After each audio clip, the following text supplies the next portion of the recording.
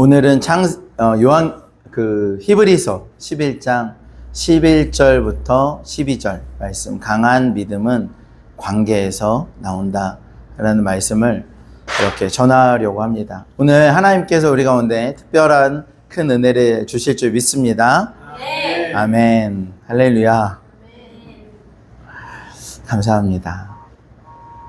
여러분께서 이렇게 아멘 하신 것은 너무나 특별히 귀한 일입니다. 만약에 여기서 아멘 하지 않고 믿을 수 없으니까 들어보고 끝날 때 아멘 하겠습니다 이러면 그래서 굉장히 우리 중심적인 예배가 됩니다. 그리고 저도 여기 하나님께서 세우신 사람이 아니라 그저 저의 능력으로 선 사람이 되어버립니다. 우리 모두가 믿는 것은 이곳 가운데 눈에 보이지 않지만 하나님께서 우리와 함께 하시고 하나님께서 이 모든 과정을 이끄시며 하나님께서 특별히 부족한 저를 또 세우셔서 말씀을 전하게 하신다는 것입니다. 저 역시도 두렵고 떨리는 마음으로 이 자리에 서서 말씀을 전합니다. 근데 우리는 그 모든 과정들을 신뢰하고 강단에서 선포되는 모든 말씀에 아멘으로 화답할 때 그 아멘으로 화답된 그 말씀이 우리 삶에 역사되는 걸 우리 보면서 하나님 그렇게 역사되는 걸 경험하게 되는 거죠. 예배가 성도들 중심으로 돼버리면 지성주의로 전환되면은요. 물론 그런 부분이 필요하고 또 너무 왜곡된 여러 가지 어떤 부작용들이 있어서 그런 반작용으로 일어나는 부분도 있지만 성도분들이 평가자가 돼서 내가 저 얘기를 듣고 맞는지 안 맞는지를 분명히 이제 성경을 이것이 맞는지 안 맞는지 상고하게 보는 과정도 필요하지만 그게 지나쳐서 예배에 선포되는 말씀이 하나님의 말씀이라기보다는 개인이 전하는 말씀이 되고 내가 그것을 평가해서 내용적으로 받아들일 건 받아들이고 적용할 건 적용하고 버릴 건 버리고 무시할 건 무시하고 과연 이런 일이 예배 가운데 있을 수 있는 일인가? 우리가 드리는 예배는 그러한 예배는 아니죠. 저는 그렇게 생각이 들어요. 그래서 저는 저와 저희 교회 모든 성도분들과 저희 자녀들과 저 역시도 어느 교회 가든지 어느 예배 가든지 어떤 목사님이든지 그 목사님의 배경이 어떠하시든지 제가 들은 어떤 루머가 어떠하든지 아무 상관없이 그 예배 시간에 말씀하시는 모든 설교는 하나님의 말씀으로 아멘하고 누리는 태도를 가지고 있습니다. 어떻게 보면 좀 위험하다고 볼 수도 있겠지만 저는 그렇습니다. 저는 오히려 그것이 이득이 더 많다고 생각이 듭니다. 그래서 오늘도 주님께서 저의 부족함에 상관없이 저를 통해서 하나님께서 말씀하셨으면 좋겠다라는 마음이 있습니다. 오늘은 히브리서 11장 11절 12절에 등장하는 사람이 있는데 이 사람은요 사라입니다. 사라인데요. 사라라는 사람입니다.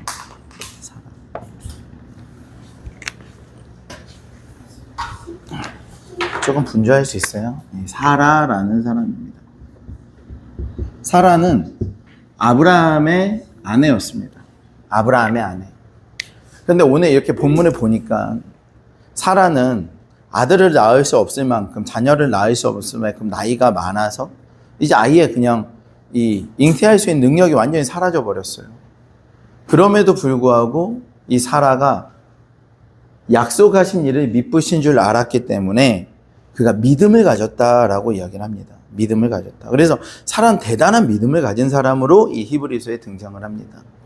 근데 제 마음 안에 그래서 창세기에서 그럼 도대체 어디에서 그 사라의 믿음이 나타나는가가 굉장히 궁금하고 또 이 설교를 하려면 사라를 어쨌든 간에 이렇게 좀 믿음의 사람으로 표현해야 될 거 아닙니까?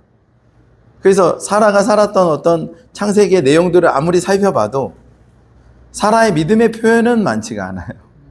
오히려 예수님이라고 여겨지는 천사 중에 천사 2명과 이렇게 천사 3명이 아브라함의 집에 갔을 때 아브라함이 정말 극진하게 송아지와 엉긴 우유와 치즈죠, 막 이런 음식을 대접해서 정말 풍성하게 그 3분의 천사를 먹이고, 그 다음에 이제 천사가 이야기를 합니다. 내년에 아들을 낳으리니, 이렇게 얘기를 합니다. 내년에 이 집에 아들이 있을 것이다. 그러니까 그 얘기를 속에서 사라가 들으면서 비웃어 버립니다. 웃어요. 내가 나이가 몇 살이고 내 남편이 나이가 몇 살인데 내가 어떻게 아들을 낳겠는가? 그런 좋은 일이 있을까 싶다 라고 이렇게 얘기를 해요. 그 내용이 답니다. 그 내용이 다니까 과연 어디서 믿음이 있는가라는 그런 고민이 들어요.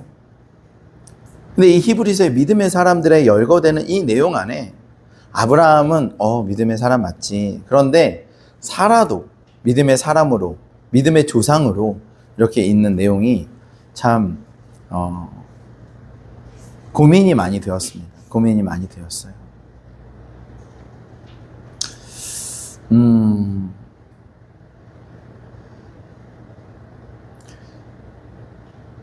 아브라함과 이제 아브라함의 아내 사라를 우선 어떻게 볼 것인가 해서 상당히 중요한 생각을 좀 해봤으면 좋겠어요. 우리가 이제 처음에 나온 게 아벨이죠. 아벨은 의로움, 에녹은 하나님께 나아가는 자는 반드시 그가 계신 것과 그가 자기를 찾는 자들에게 상 주시는 이심을 믿어야 한다. 믿어야 할지니라. 하나님의 기쁨이 된다. 저는요, 이 에녹의 믿음이 상당히 요즘에 힘이 됩니다. 힘이 돼요. 그러니까 하나님께 나아갈 때 하나님 나를 기뻐하실 거야. 하나님께서 나에게 좋은 걸 주실 거야. 라는 믿음이라는 게, 왜 믿음이 필요하죠? 내가 나를 볼 때는 하나님 나를 기뻐하실까? 하나님 나를 좋아하실까?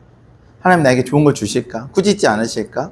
하는 우려들이 저 마음 안에만 있습니까? 우리 모두의 마음 안에 있을 수 있잖아요. 그런데 이 말씀은 우리 가운데 어떤 믿음을 가지라고 하냐면, 하나님께 나아가는 자는 그가 반드시 계신 것과 그가 자기를 찾는 자들에게 상 주시는 이심을 믿어야 지니라. 에녹은 이를 통해서 하나님을 기쁘시게 하는 자라는 믿음의 증거를 받았다. 이렇게 말합니다. 그러니까 하나님을 기쁘시게 하는 건 뭡니까? 하나님께 나오는 거죠. 하나님께 나오는 것이 하나님께서 기뻐하시는 거예요. 그래서 저는 하나님께 나가자.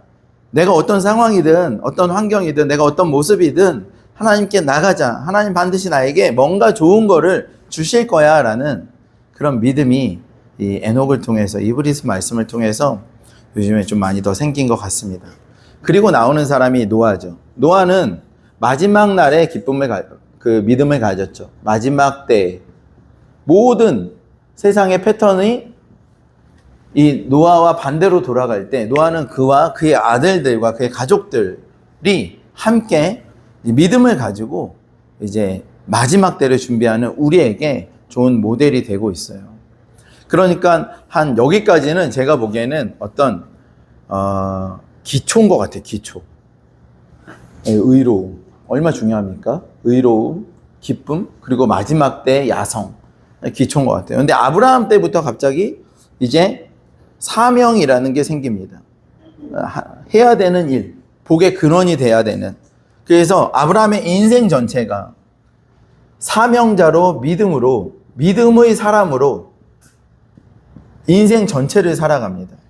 그의 인생에서 그 믿음의 열매를 다 보지도 못했고 하나님이 약속하신 내용들이 다 펼쳐지지도 않았지만 그 인생 전체를 볼 때 하나님은 그 사람을 믿음으로 살았다. 믿음의 사람이었다. 그러니까 단순히 우리 상황에서 그것이 펼쳐지지 않는다 할지라도 낙심하지 않을 것은, 여러분, 우리가 하나님 앞에 어떤 마음으로 살았는가, 이것이 믿음의 사람인 거죠. 그런데 저는 이 세 가지가 아브라함에게 전수됐을 거라고 생각이 들고요. 이 세 가지가 동시에 사라에게도 동시에 전수됐을 거라고 생각을 합니다. 하나님의 사람의 중요한 제가 생각하는 특징 중에 하나는 부부가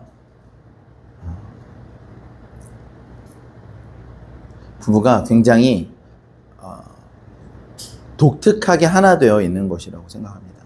그러니까 부부의 하나됨은 다 달라요. 이런 패턴이 있지는 않습니다. 그러나 그 부부가 하나님 부어주신 그 부부에 주시는 정체성답게 하나 되어서 조합되어서 이렇게 세워져 있는 거라고 생각합니다. 만약에 굉장히 능력 있고 인정받고 유명하지만 그의 아내와 그의 남편과 관계가 이 조합이 세워져 있지 않고 그 가정이 그렇게 풍성하지 않는다면 그것은 좀 제가 어떤 모델을 놓고 그렇게 정하진 않아요. 다 각자 다르지만 어쨌든 간에 부부가 함께 이 조합을 만들어가는 일에는 굉장히 하나님의 특별한 은혜가 있고, 그래서 아브라함과 사라는, 이삭과 리브가는 하나의 DNA로 볼 수 있다는 거죠. 하나의 DNA. 그리고 그 하나의 DNA가 되어가는 과정이 이 믿음의 여정이고 부부의 여정이고 라고 저는 생각을 합니다. 그래서 하나님께서 주신 특별한 계획이고 뜻이라고 생각해요. 그래서 이 아브라함과 사라는 상당히 중요한 것을 공유하고 있고요. 하나라고 봐도 무방합니다. 사라는 그런 믿음의 사람이었고, 근데 이 아브라함이 받은 게 뭔가요? 아브라함이 약속받은 게 두 가지잖아요. 하나는 땅이고 하나는 후손이란 말이에요. 그런데 이 땅과 후손을 약속으로 받았는데 이걸 성취하는데 열쇠를 가진 사람은 사라죠. 사라. 그렇지 않습니까? 이 땅을 어떻게 얻습니까? 사라가 이제 장례를 치르기 위해서. 그러니까 이 약속을 받은 거는 아브라함이고, 물론 사라도 같이 받았지만 절대로 사라 없이 아브라함 혼자 할 수 없어요. 그리고 정말 중요한 열쇠를 가진 것은 정말 사라입니다. 그래서 결국 후손도 아브라함이 혼자 어떻게 낳습니까? 누가 낳아요? 사실 낳는 거는 사라가 낳는 거죠. 그리고 사라의 목숨을 대가로 치러서 땅을 얻습니다. 그러니까 아브라함의 인생에서 사라는 그 사명을 이룬 데 있어서 최고의 파트너고 가장 중요한 파트너고 열쇠고 소중한 사람이에요. 이것이 저는 부부의 조합이라고 생각합니다. 그 조합이 다 다르지만 결국에는 한 사람의 사명을 이루는 데 있어서 그의 아내와 그의 남편이 함께 이렇게 파트너십을 이뤄가는 거 굉장히 중요하다고 생각합니다. 그런 의미에서 사라가 상당히 중요하죠.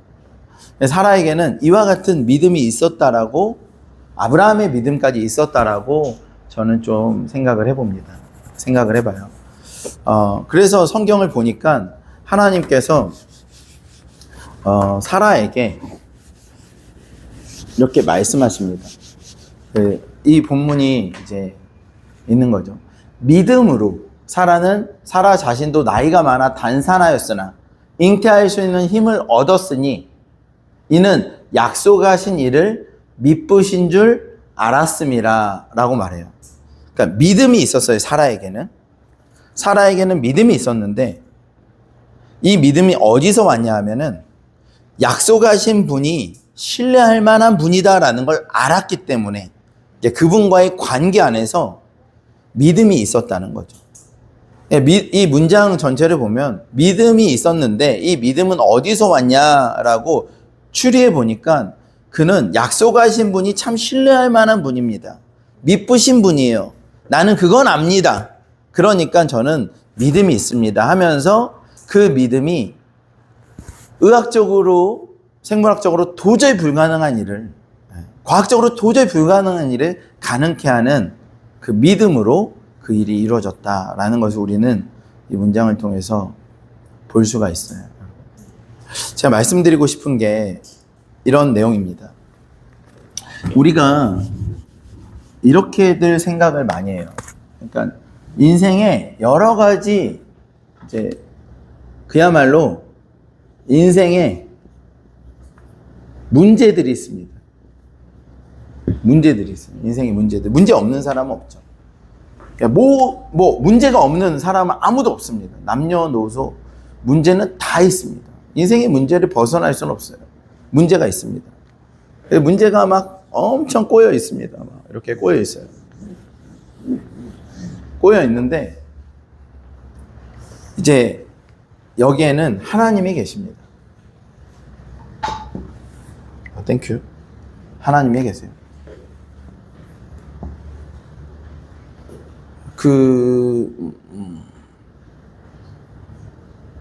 사라를 볼게요.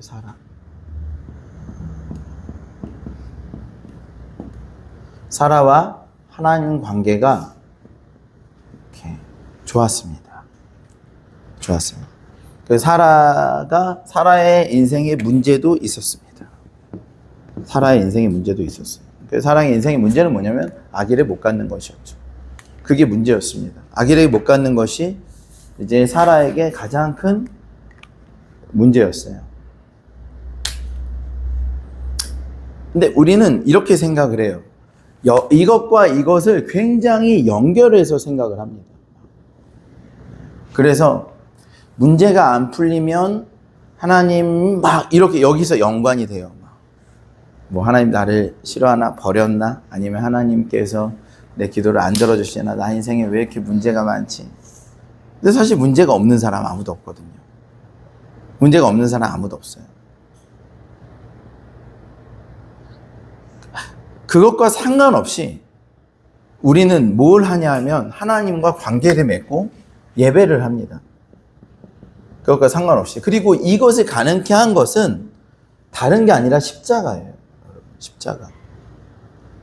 그래서 우리는 하나님과 이런 관계를 맺는 삶을 살아가요. 그리고 이 부분에 대해서 이 문제가 이렇게 단절될 수 있어요. 그런데 이게 막 섞이잖아요. 이게 막 섞이면 사실 답이 잘 안 나오죠. 그러니까 어떻게 보면은요, 이 문제는 그냥 영과 진리에 속한 것이라고 말할 수 있고요. 이것은 뭐 영혼 육이 나눠질 수 없으니까 하지만 이것은 혼과 육의 비중이 더 크죠, 여러분. 그렇지 않습니까? 여기에 혼과 육이 없다라는 것도 아니고 여기에 영이 없다라는 건 아니에요. 사람이 그렇게 될 수는 없으니까. 그러나 어쨌든 간에 예배는 영과 진리로 하는 거니까 영과 진리의 영역에 속해 있고 거기에 비중이 더 큰 거는 분명하잖아요. 최종적인 목표잖아요. 오늘 우리가 찬양을 하지만 육체로 찬양을 하고 감정을 사용하지만 결국 우리는 어떤 예배를 드리려고 하냐면 영과 진리 예배를 드리려고 하는 거죠. 근데 우리 인생의 문제는 다 영에 속한 게 아니라 우리 인생의 문제의 비중은 약간 혼과 육에 있는 부분들이 굉장히 크죠, 여러분, 사실은. 그 히브리서 4장 12절에 보면 하나님의 말씀은 살았고 운동력이 있어 좌우의 날선 어떤 검보다도 예리하여 사람의 영과 혼과 및 관절과 골수를 찔러 쪼개기까지 하는 사람의 마음의 생각과 뜻을 감찰한다. 근데 이게 찔러 쪼갠다는 말씀이요, divide with인데요. 그 영과 혼과 육체가 막 섞여서 막 감정이 영이 막 섞여 있는 이것을 하나님의 말씀은 좌우의 날선 어떤 검보다도 예리하여 하나님의 영의 문제와 감정의 문제와 육체의 문제를 찔러 쪼개서 divide with 해주면은 이제 진정한 안식과 평안은 영에서 올 수 있죠.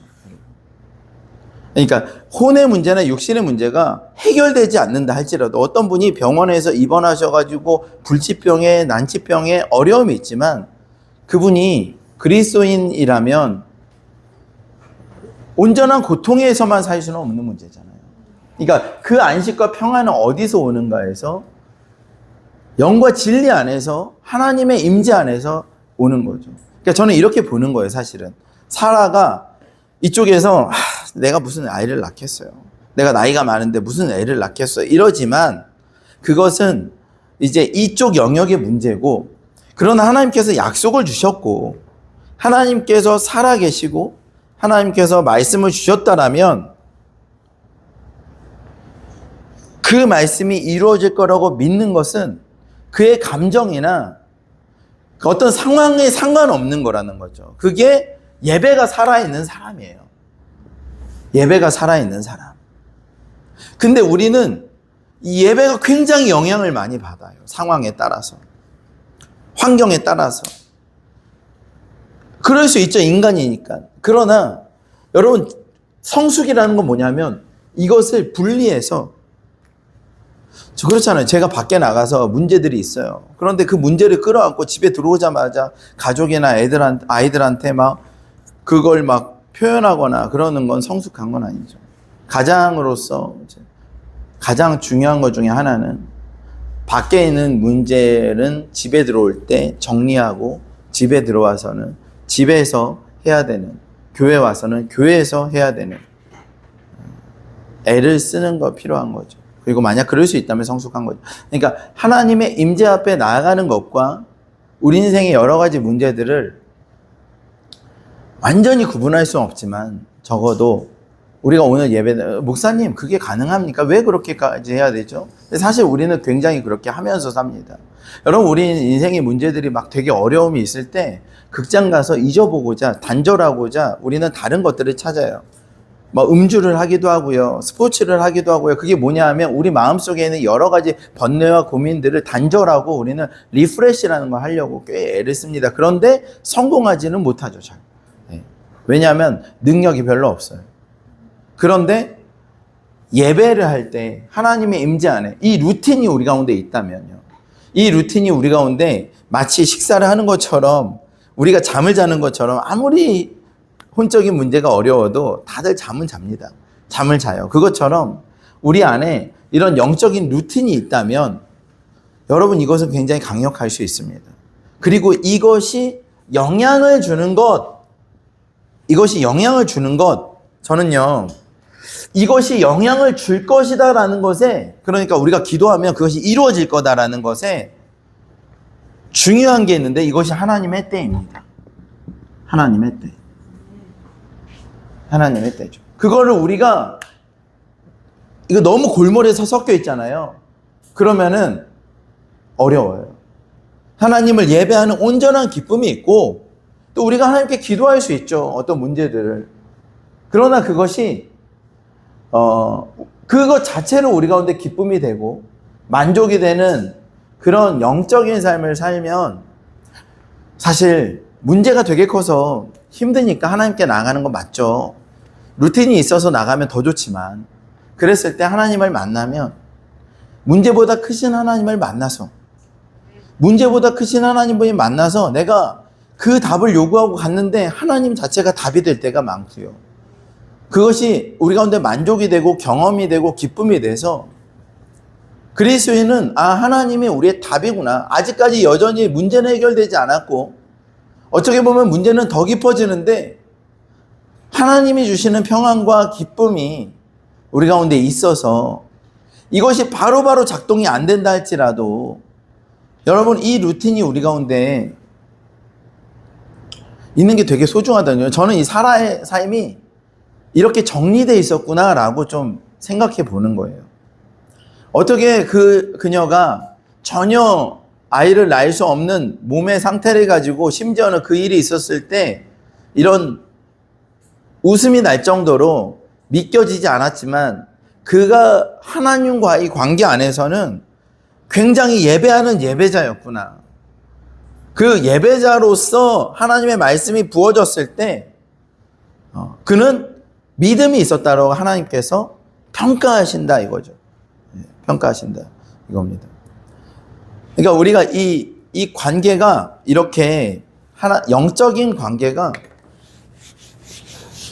제가 말씀드리고 싶은 건 이런 거예요. 뭐냐면은 우리가 자칫 잘못하면 이 문제가 인생의 문제들을 다 당장 해결해 줄 거라고 생각하고, 해결해 주지 않으면 아닌가 보다라고 생각하고, 그래서 이 문제, 하나님의 임재 문제는 그런 관계가 아니거든요. 그러니까 부부 관계 같은 거고, 그거보다 더 깊은 인격적인 연합의 관계이기 때문에 그거 자체에 기쁨이 있는 건데, 목적을 가지고 아내를 만나고 목적을 가지고 사람을 만나고 목적을 가지고 부부관계를 한다면 그것은 상당히, 그리고 그 목적이 내 생각대로 이루어지지 않는다고 해서 그 관계가 막 갑자기 막 변질되고 아니면은 충돌하고 막 이렇게 되면은 그것은 성숙한 하나님께서 원하시는 관계가 아니죠. 이게 똑같은 거죠. 하나님은 우리와 그냥 오늘 이 예배에서도 하나님은 우리와 온전한 만남을 원하시는 거예요. 만남. 할렐루야.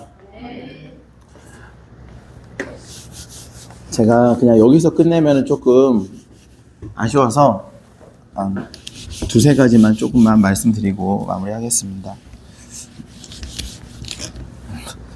예수님께서 이렇게 말씀해 주셨어요.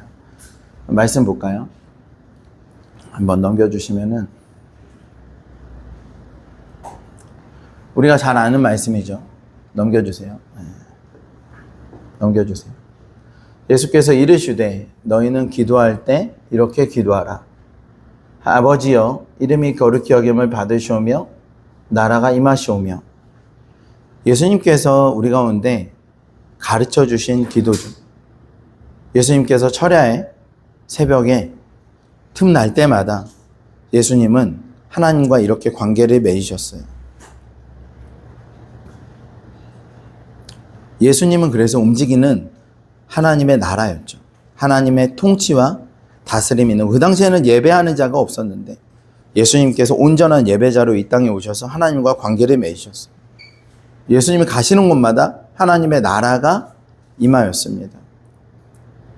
회당에 들어가면 귀신 들린 사람이 갑자기 반응하는 이유는 하나님 나라가 임하였으니 견딜 수 없는 거죠. 하나님과 관계를 어떻게 맺을 것인가?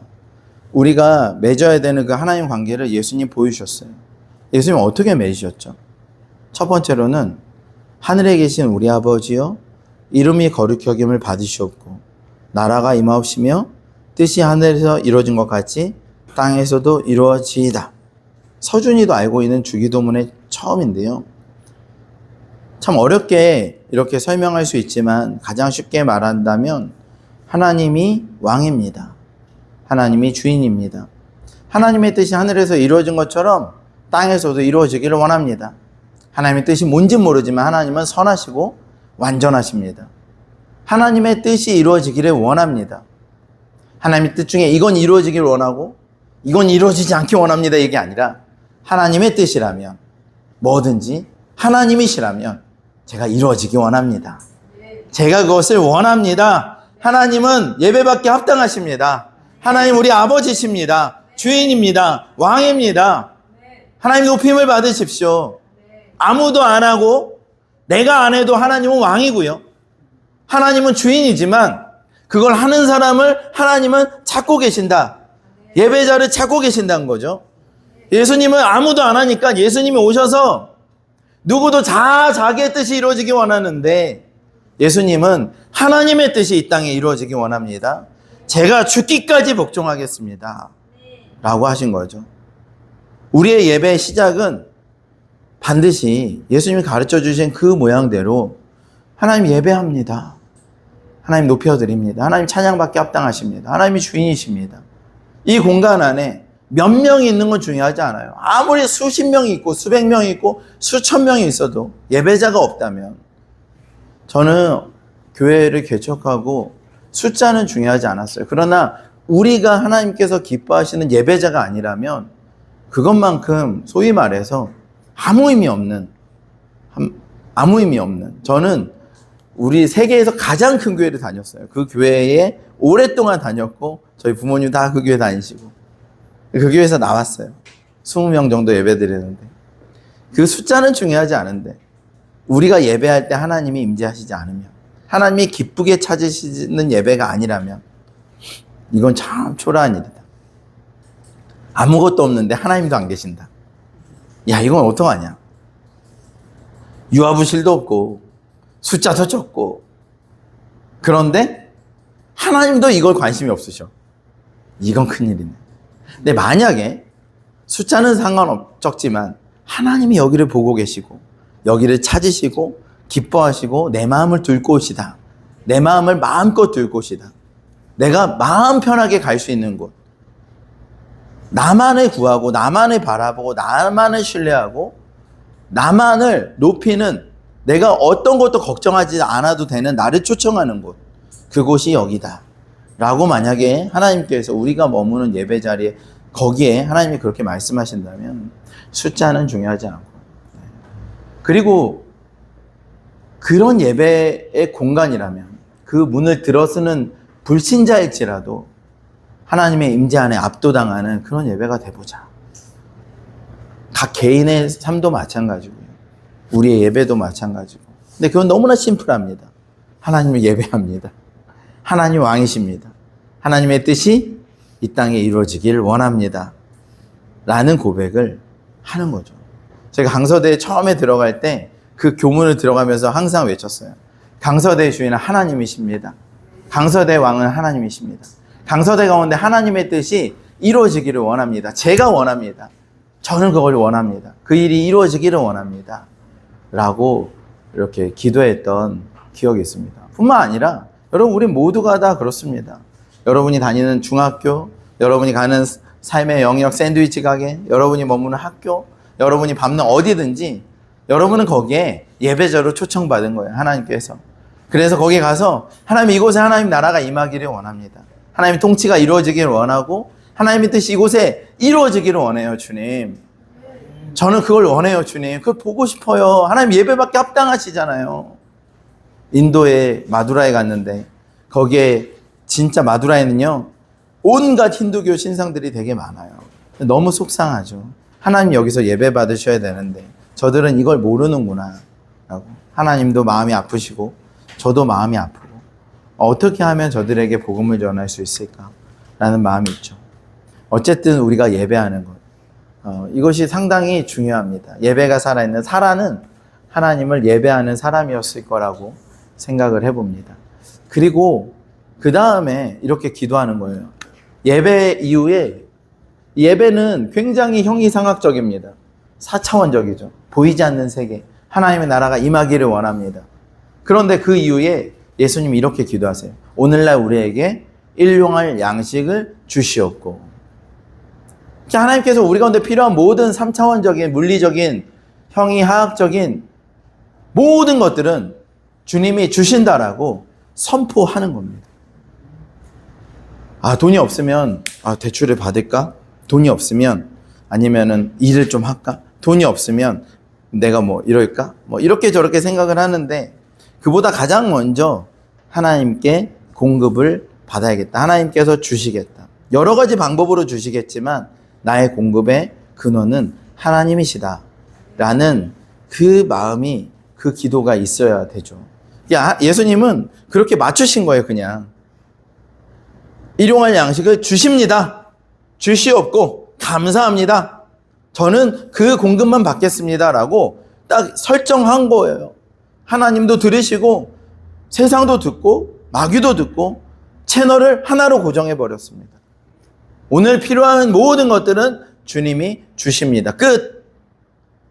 우리 인생의 결핍의 문제, 건강의 결핍, 재정의 결핍, 지혜의 부족, 상황의 어려움, 하나님께서 눈에 보이는 모든 영역도 책임지십니다. 일용할 양식을 주십니다 라고 하나님께 기도한 겁니다. 그 뒤의 내용은 회개하고요. 예수님께서는 회개할 필요가 없는, 우리의 죄를 용서해 주십시오 라고 할 수 없지만 예수님은 우리의 죄를 대신해서 회개하시고 그 다음에 대적한 겁니다. 우리를 악에서 구해 주십시오 라고 기도하신 거예요. 그리고 이 성경 누가복음 11장 끝에는 이렇게 말씀하세요. 성령을 주시지 않겠느냐. 성령을 구하는 것입니다. 하나님을 예배하고 예수의 보혈로 덮고 성령을 구하며, 여러분 이 기도는, 이 예배는 짧게는 1분만 해도 드릴 수 있고요, 길게는 몇 시간 동안도 개인의 기도의 자리에서 할 수 있습니다. 여러분, 그러나 하나님의 임재 안에서 우리가 그 하나님과의 만나는 그 기쁨을 누리는 것은 우리 가운데 너무 중요한 문제입니다. 우리의 문제가 해결되는 것보다, 우리의 진로가 결정되는 것보다, 우리 인생의 문제, 결핍들이 해결되는 것보다 더 중요한 건 하나님 관계가 이렇게 세워지는 것이에요. 하나님 관계가 어떻게 보면 그 인생의 문제들과 이것이 직접적 연관이 없을 수 있습니다. 신부의 삶이 그런 것이죠. 그냥 하나님을 사랑하고 하나님을 좋아하고, 그래서 우리의 기도 제목 있을 때만 기도의 자리 나가지 마시고요. 그냥 루틴으로 예배하고 기도하고 주님 사랑하고 고백하고 이렇게 살아가면, 여러분, 그렇게 됐을 때 저는 이게 궁금했던 거예요. 그러니까 사라의 삶을 볼 때 믿음의 흔적이 보이질 않는데, 믿음이 있었다고 하니까 그가 말하는 거나 행동하는 거는 믿음이 안 보였는데, 그 믿음은 어디서 온 거지? 사라는 예배자였다라고 저는 생각해요. 예배자. 하나님과의 관계가 세워져 있었던 사람이에요. 그래서 믿음은 거기서 온다라고 성경이 기록하고 있는 거죠. 믿음으로 그는 단산하였으나 하나님의 잉태하심을 약속으로 받아서 하나님은 미쁘신 분이란, 신뢰할 만한 분이라고 그는 생각하고 알고 있었다. 그것이 하나님과의 그와의 관계를 말해주는 거예요. 관계를 말해주는 거예요. 상황이나 환경은 그가 평가하는 건 중요한 문제가 아니라 그가 하나님을 어떻게 생각하느냐, 이것이 하나님과의 그와의 관계이고 그가 예배자라는 증거죠. 제가 어제 제 주변에 많은 분들이 저한테 하나님을 더 사랑했으면 좋겠다, 하나님을 더 사랑했으면 좋겠다, 이런 얘기를 하시는 분들이 꽤 있어요. 아니, 하나님을 더 어떻게 사랑합니까? 제가 하나님을 안 사랑합니까? 그런데 성령님께서도 정말 네가 하나님을 더 사랑했으면 좋겠다. 아니, 하나님 사랑해서 이렇게 고생하고 있고 수고하고 있는데 무슨 하나님께서 더 사랑하라 그래요. 사랑하니까 하는 거죠. 하나님께서 원하시는 그런 게 아니에요. 하나님은 그저 나와 사랑의 관계를 맺으며 살기를 원하시는 거죠. 아브라함에게 두 가지 그런 증거가 있습니다. 하나는 소돔과 고모라가 그렇게 멸망할 거라고 했을 때 하나님께서 천사들을 보내시면서 잠깐만 기다려. 내가 이 일을 아브라함한테 좀 얘기해야겠다. 내가 사랑하는 종 아브라함한테 얘기하겠다. 아브라함한테 말씀하셨어요. 근데 아브라함이 45명은 40명이요, 30명이요, 20명이요, 10명 있어도 멸하시겠습니까? 라고 얘기한 거예요. 그리고 아브라함이 돌아갑니다. 그냥 돌아가요. 아브라함이 가서 복음을 전했다, 10명을 만들었다, 이런 내용은 없죠. 근데 여러분, 그 아브라함의 그렇게 말했던 게 하나님의 마음을 시원케 한 거예요. 하나님은 정말 그 소돔과 고모라에 멸망하고 싶지 않았고 너무 마음이 아팠어요. 근데 그 마음을 나눌 자가 누가 하냐? 아브라함이죠. 아브라함이 그 마음을 알고 하나님 마음을 나누어서 기도한 겁니다. 주님, 얼마나 아프십니까? 10명 정도면요. 여러분, 이 기록이 없었다면 소돔과 고모라에 멸망하신 하나님의 마음이 어떻다라고 우리가 넘겨짚을 수 있나요? 그거 없죠. 그러나 이 대화를 통해서 우리는 알 수 있는 건, 하나님이 정말 소돔과 고모라에 멸망시키는데 많은 고민과 정말 이 주저함과 그리고 마지막 기회까지 주셨다. 이게 하나님 마음을 그러니까 아브라함의 인생에도 아무 변화가 없고 소돔과 고모라의 역사에 아무 변화 없지만 하나님과 아브라함이 그만큼 친밀했다는 것을, 아브라함이 하나님의 마음을 그만큼 알았다는 것을 보여주는 일화입니다. 반면에 롯은 그러지 않았어요. 그리고 롯은 그의 아내와 조합도 되지 않았어요. 롯의 아내는 롯의 아내대로 팔을 흔들었고, 롯은 롯대로 그냥 살았어요. 이것이 조합되지 않았다는 증거예요. 아브라함과 사라는 그러지 않았습니다. 사랑하는 여러분, 하나님의 마음을 알고 하나님과 친밀하게 지내는 사람은 좀 전혀 다른 생각들을 할 수가 있어요. 전혀 다른, 하나님의 마음 때문에 전혀 다른 마음들이 있어요. 어쩌면 우리랑 아무 상관없고 어떤 이득도 없는 일에 골몰할 수도 있고 기도할 수도 있고요. 하나님 마음 때문에 그런 거예요. 예배자죠. 그런 삶으로 하나님께서 저를 좀 더 초청하시는 것 같아요. 우리 모두를 다 그렇게 좀 초청하시는 것 같아요. 하나님과 관계에 좀 더 집중했으면 좋겠어요. 사역도 중요하지만 그분과의 관계 안에 조금 더 집중해서 그분이 우리의 기도를 들어주셔도 되고 안 들어주셔도 되고 제자가 세워져도 되고 부흥이 돼도 되고 안 돼도 되고 하나님의 때에 하나님께서 이루실 걸 신뢰하되 우리는 우리 하나님 관계 안에서 불타올랐으면 좋겠습니다. 할렐루야.